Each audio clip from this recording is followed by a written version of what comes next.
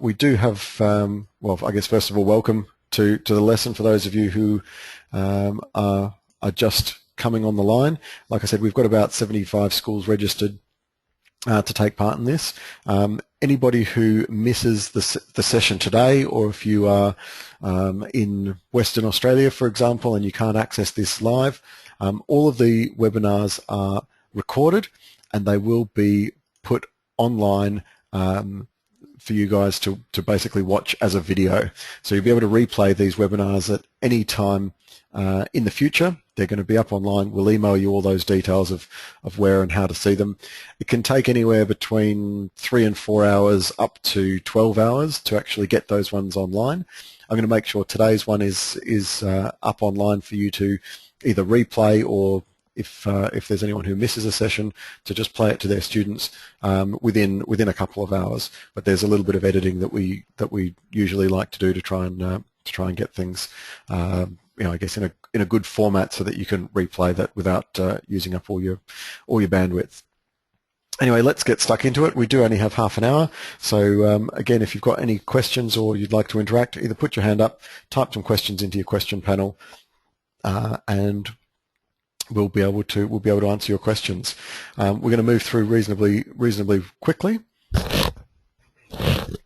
and here we go. So first of all, my name is David, and I know you were expecting Carl. Carl is we're in Melbourne, and we're just coming into I guess the colder months, and people get a few of the nasty bugs. So he's a little bit snuffly today. So his voice is not as clear as it could be, and he's asked me to take over for today. So my name is David. I am a chess teacher. I teach in schools, and I teach individual kids of all different ages. So the youngest person that I've ever taught is, well, I think was about 3 years old at the time, and learned how to play chess very comfortably. The oldest person that I've taught was in her mid-70s when she first learned how the pieces move. And this is one of my favorite things about chess, is that it is a game for everybody. It doesn't really make a difference whether you're 3 years old or 4 years old, or whether you're 70 years old or 80 years old. You can learn how to play chess. It's really easy to learn. And of course, once you learn, you can play against anybody at all. Chess is a great leveler. So we might be talking to some people here on the line today who are in prep. We might be talking to some people who are in year 11 and 12, and it's fantastic. Once you know how to play, you'll be able to play against somebody of any age, and this is a really nice thing. In fact, if some of you were I've seen the ABC news yesterday and some of the reports online. There's an economist in Canberra who's put a call out to the federal government saying that chess should be a compulsory part of the Australian schools curriculum, and he's going into some various reasons about why that should be. Obviously, chess teaches some really good thinking and problem-solving skills, but he's also posing this as a way to deal with the ageing population in Australia, and finding ways that young people can interact with older Australians. And of course, chess is a great opportunity to do that. I've got a kid who's 6 years old who plays against adults in tournaments. So great opportunity to play against people of other ages, and of course kids can easily beat adults, and usually do, because their brains are very agile and quick and pick things up extremely quickly. So yeah, it's a good game to play. What I need everybody to do now is just switch on your brains, basically. We're going to learn everything that you need to know in order to play a game of chess, and that's my goal for today, is to make sure that by end of this session, in about 25 minutes time, all of you who are listening to this session and everyone who's watching the recording later on knows how to move the pieces and how to play a game of chess. Okay? Once you know how the pieces move, you've got a whole lifetime to actually build up the skills to become an expert chess player. Some people, even after a whole lifetime, find that there's still more to learn about chess, and that is a great thing about it. All right, we did say before the ABC has got that report John Adams is calling for the Australian government to make chess part of the curriculum, to make it compulsory, mainly because it builds mental muscles, and that's what we're all about here at Chess Kids, is helping kids to build their mental muscles. Now, what you'll find is that chess is incredibly easy. Even though it's a great thinking tool and it does teach you a whole heap of things about how to think, it's a really easy game to play. Even a monkey could learn how to play chess. Seriously, there are only 6 different chess pieces. Once you know how all of those chess pieces move, you can play a game of chess. The first thing that you need to know about chess is that chess is a war game. All right, when chess was invented around about 3,000 years ago. Chess was invented as a way of practicing battle strategies. All right, and you can see on a chessboard straight away, it's very obvious. It is one army facing off against another army. And when they invented chess, the idea was that they could have like a real war, but in a safe environment, a way of practicing all those strategies without actually getting out there and fighting a real battle. So here we've got an example of a chess set with all different soldiers actually carved out as different soldiers.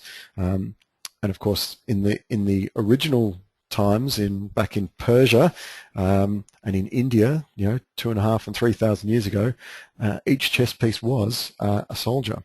So what you need to know is really just the names and what their skills are of each of the 6 different soldiers that you have in a game of chess, each of the 6 different pieces. Okay, and there are only 6, so there's only 6 things that you need to remember, and then you'll be an expert chess player. Well, at least you'll be able to play a game of chess, and then you become an expert as you develop some strategies and really understand how each of those soldiers likes to move and what his skills are, because every single piece has got a different set of skills.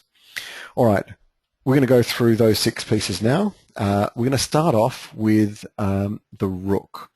Okay, the rook is probably the easiest of the pieces for how it can move. Now, the word rook is an ancient Persian word. R-U-K-H was its original spelling, and the word rook means war chariot. Okay, so a rook in the olden days was a war chariot, and of course, as time went on and chess spread around the world, the rook ended up in medieval Europe being carved into the shape of a castle or a tower. And so these days, some people call that piece a castle, and that is quite acceptable. It's exactly the same piece. It's got 2 names. It can be called a rook, or it can be called a castle. And rook is its original name, and that's, I guess, its official name. If you look up the official laws of chess, it would say that that's called a rook, but you can call it a castle. Rooks are very easy to move. Okay, when you move a rook will move in a vertical or a horizontal line. Okay, so rooks move forwards and backwards any number of steps, or they move side to side, left and right, any number of steps. So you can see from our diagram on the screen here, a rook can move to any of the squares up and down the board on the row that's labelled with the number 5, or on the column which is labelled with the letter E. And we'll talk more about these lettering and numbering systems for a chessboard later on, but it's very, very easy. And if you're in grade 3 or above, you've probably learned about coordinates in maths, and you'll understand that when you've got rows and columns that have got letters and numbers, each square ends up with its very own name. So that rook there, we have that rook sitting on the square E5 because it's on the column, or in chess we call a column, we call it a file. We call it the E file, and we call it the 5th rank. That's the row that goes across the board, is row number 5. So it's on E, it's on 5, that's the square E5. So rooks move forwards and backwards any number of steps. When a rook wants to take a piece, it moves along in its normal direction. So whichever direction it's moving, forwards, backwards, sideways, just moves along in its normal direction. If there's an enemy piece in its way, crash. You land on top of that piece and you can capture that piece.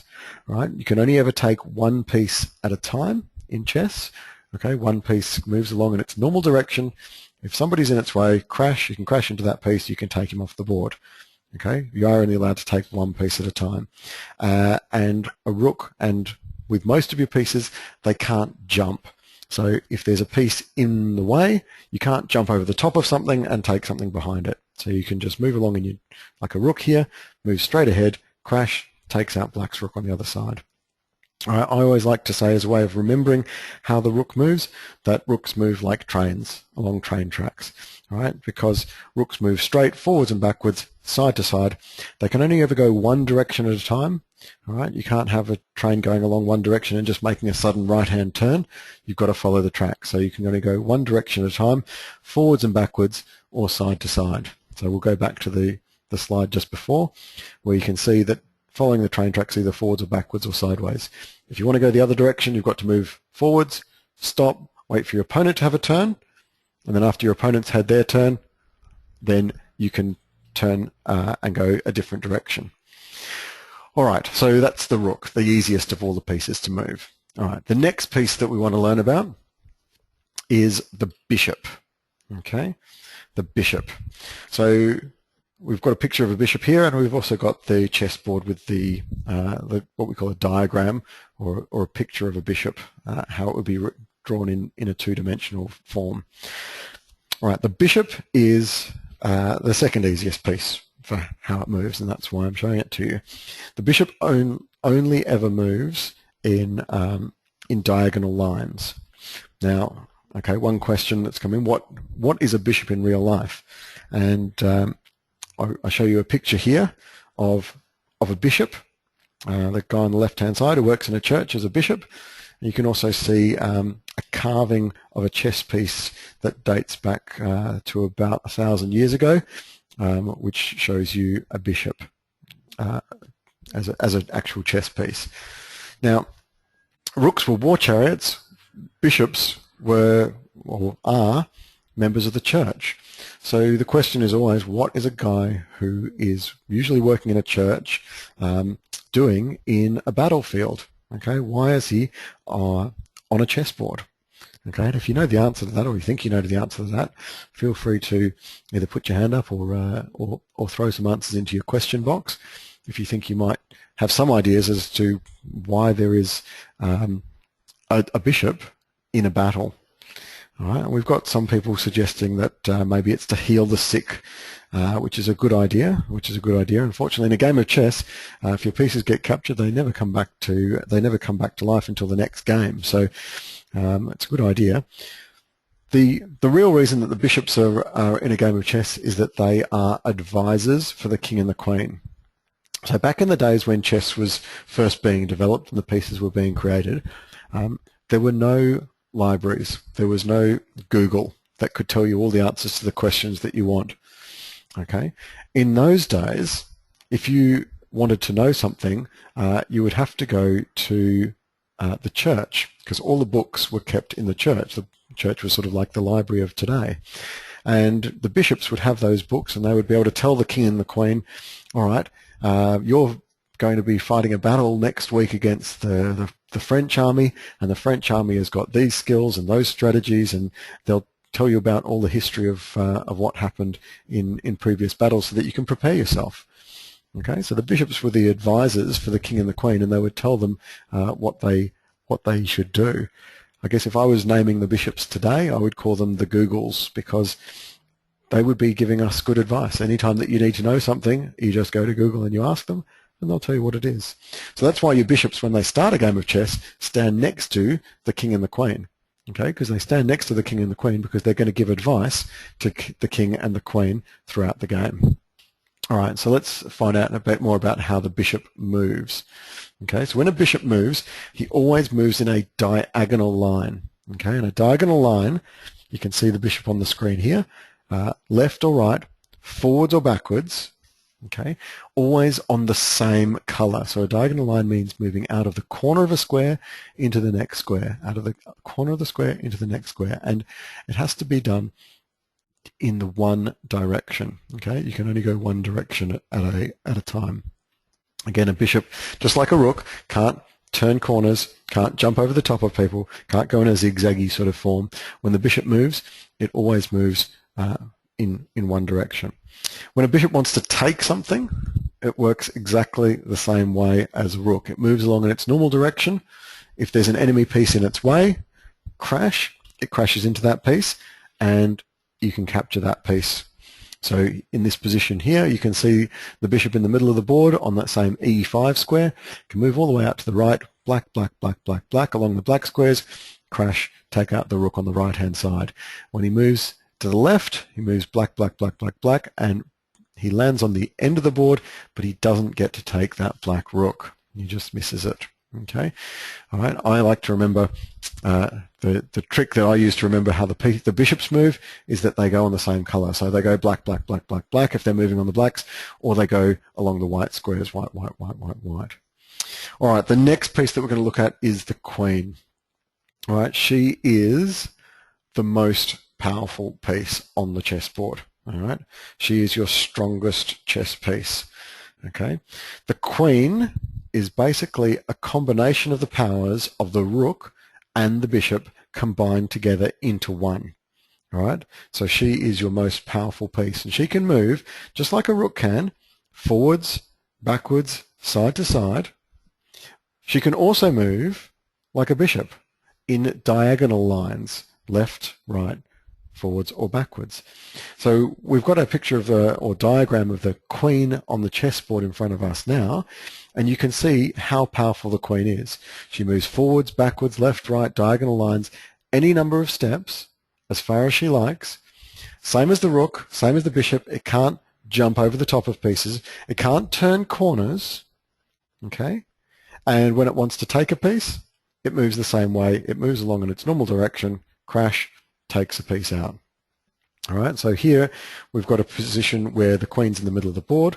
There are 4 black pieces down there, and it can only take one of them. So even though the queen is very powerful, if the queen were to move straight ahead, it would move all the way to the end of the board, it would miss all of the pieces. If it moved to the left on a diagonal line, it would just cut through in between them and land on a black square.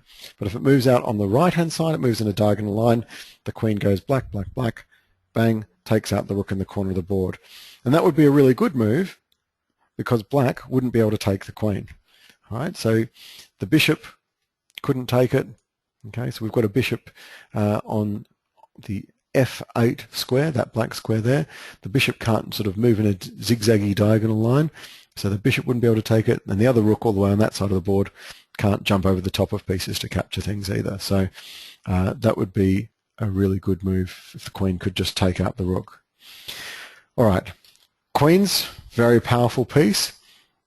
The next piece is not the most powerful piece, but it's the most important piece in a game. All right, this is the one that you're aiming for. So to win a game of chess, you just have to take one piece. That's all you have to do, just the king. If you capture the king, you win the game. So the king is the most important piece.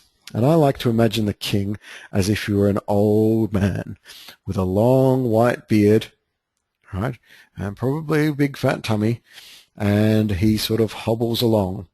Okay, he's an old guy. He's the king of the whole army.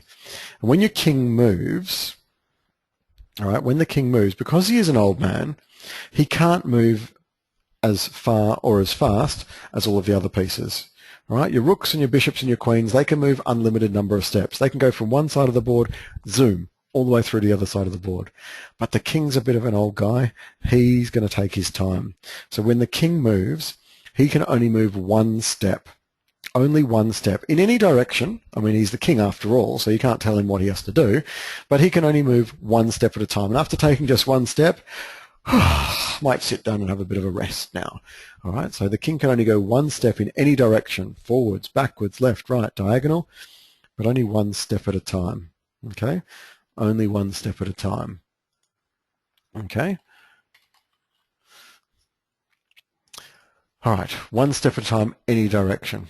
Okay, that's how the king moves. And remember, if the king gets captured, that's game over. We'll talk more about how the king can get captured. We call that a checkmate in future weeks. All right, so that's the king's move. Let's have a look. When a king wants to take a piece, well, the good news is a king can take any of your opponent's pieces, even your opponent's most powerful piece. All right, even the queen. right? Any piece that comes close to the king can just go one step, just like it normally does. In this position here that you can see on the screen, you can move your king one step to the left, just crash straight into the queen, take him off the board. All right, so kings can still take pieces. All right, they're very important. You've got to keep them safe all the time, but you can also use them to take opponents' pieces. All right, the trickiest of all of your pieces to move is the knight. Okay, a lot of people call a knight a horse, and that is fine. You can call a knight a horse because, of course, a knight looks a little bit like a horse. But really, a knight isn't a horse. A knight is what we call a knight in shining armor, riding on top of a horse, and that's why they've carved him into the shape of a horse, because when they were planning out their battle strategies and using chess, 1,000 odd years ago to practice their wars, of course, a really important soldier in those wars was a knight in shining armor. So that's where the knight comes from. All right. When a knight moves, okay, a knight always moves in an L shape. Okay, it moves in the shape of a capital L, and when you move the knight, you count out tiptoe, tiptoe, crash. All right, there's sort of 3 steps to what the knight moves. But when the knight moves, you can only capture the piece that you land on at the end of your turn. So here we have an example of the knight. You've got the circles, which are the tiptoes, and then crash. You land on top of that pawn, and when you land on top of the pawn, that's the one that you can take. All right. Out of all of your chess pieces, the knight is the only one that can jump over the top of things, because a knight is represented by a horse, and horses could jump. Of course they can jump, whereas you can't imagine an old man king jumping a queen. It's not very elegant for a queen to be jumping around. So, and of course a rook or a castle, well, castles can't jump, can they? So the knight is the only one that can jump, and when he moves in that shape of a capital L, 2 steps forwards and 1 step to the side. So if we go back to our previous picture, you can see that he moves 2 steps forwards, 1 step to the side in the shape of a capital L. Okay. Now that capital L can be any direction. It could be left, right, upside down, forwards, backwards. So from that square E5 in the middle of the board, the knight could capture any one of black's pawns, but only one of them. Okay, only one of them. You only get 1 turn at a time. But he can move like an L shape backwards, so you go 1, 2 forwards and 1 to the side, or tiptoe, tiptoe, turn to the side, crash, and take the pawn on, say, D7. You could do the same thing, tiptoe, tiptoe, crash, and you could take the pawn on the square F7. So tiptoe, tiptoe, crash, you go backwards, sideways, forwards, left, right, any direction that you like. You'll notice that surrounding the knight, right, is a whole heap of empty space. See, all that empty space around the knight shows you that the knight can't actually take somebody who's next to them. All right? When the knight moves, it always jumps. Okay, it always jumps. So from this position, the knight could take any one of those pieces, but only one of them. All right, we better keep on moving because we've got to get onto the last and final chess piece. Oh, here's one more picture of the knight jumping over the top of enemy pieces, and it doesn't get to take that black pawn that's sitting in front of him. It just jumps 1, 2 forwards, 1 to the side, and takes the piece that it lands on at the end of its turn. All right, the last piece, the smallest, weakest of all your pieces.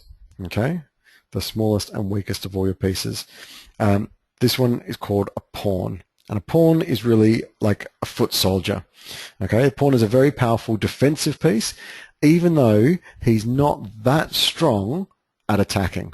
He's very powerful at defending, even though he's not very strong at attacking. And we can see some pictures here of what the original pawns, the original foot soldiers might have looked like. Now, when a pawn moves, a pawn can usually just move 1 step at a time. Okay, and the interesting thing about pawns is that they are very different from all of your other pieces, because pawns may only move forwards.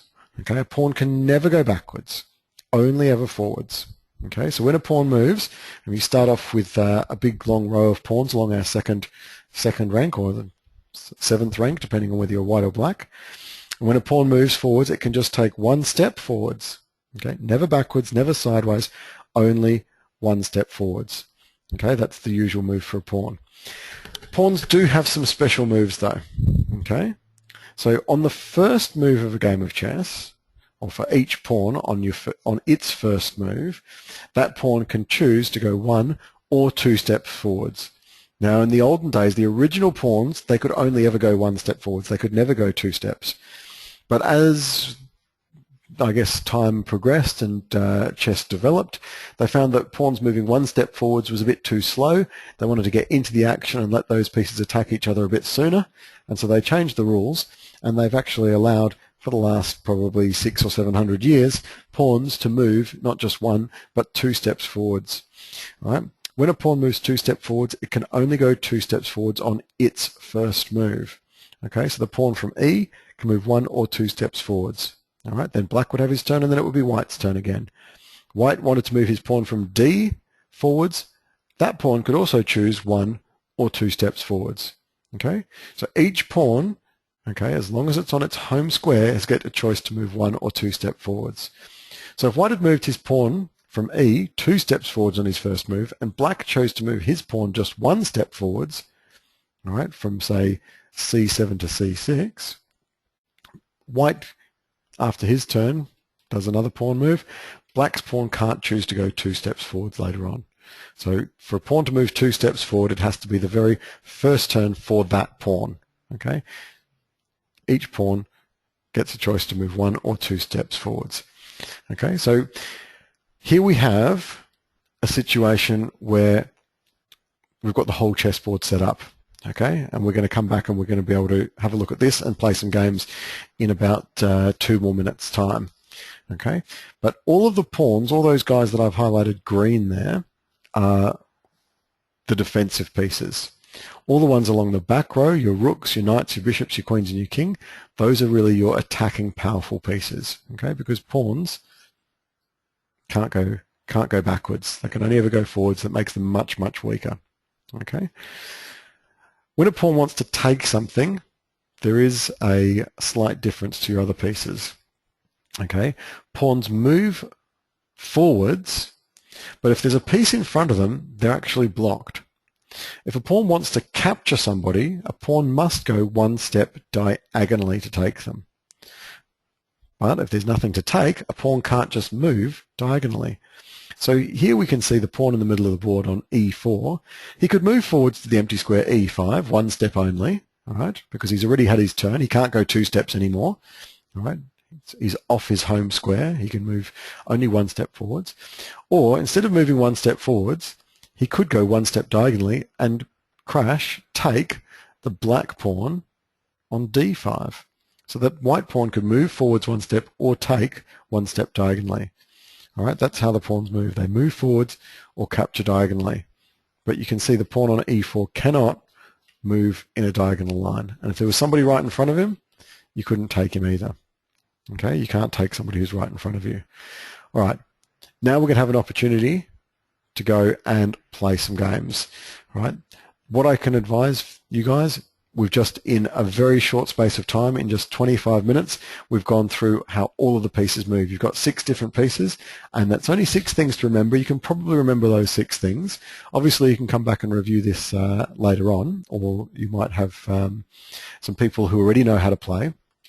But as a strategy, as a strategy that will help you play a good game, even on your first game, my advice to you is to try and move all of your different pieces. Now, a lot of times when you first start playing, you remember how the bishop moves, and so you just move the bishop a lot. And because you're not really sure how the rook moves, or you've forgotten how the knight moves, you don't move those pieces. But if you don't use them, if you don't practice with them, you're never going to get those skills. So my advice to everybody, and teachers, if you're helping the students to play their games, all you need to do is just try and remind them to try and move pieces that they haven't moved yet. So if you see any piece that's on its home square, and this is here we have on the screen a picture of the chessboard as it would start at the very start of the game. If any piece is still on its original square, 10 or 15 or 20 moves into the game, we've got to try and find a way to give him a turn, okay? Particularly the ones along the back row, okay? Because the ones on the back row are your really powerful attacking pieces, okay? The ones along the back row are much more powerful. If you don't move all of your defensive ones or your pawns, that's okay, because they're good to just keep where they are for defense. Right, but definitely all your pieces along the back row, give them all a turn. Okay, and that's our most important thing for week 1 and week 2 when you're playing your games, is just try and give every single piece a turn. All right, every single piece wants to be used. All right, you want to try and practice using all of your different pieces as well. So that's all for me for today. Thank you very much for attending. If you have questions, keep putting your hand up or throw them into your question box. We will be sending an email out shortly with a recording of this so that you'll be able to review that at any time. And if you missed a lesson at some point in the future, there will always be the lesson recorded and online. So thanks very much for attending. I will be here for a little bit longer if there are any more questions. Otherwise, we'll see you next week, where we're going to talk a little bit more about some strategies about how to do what we call a checkmate, which is finishing a game of chess. All right, have fun, guys. And yeah, like I said, I am here if you have any questions.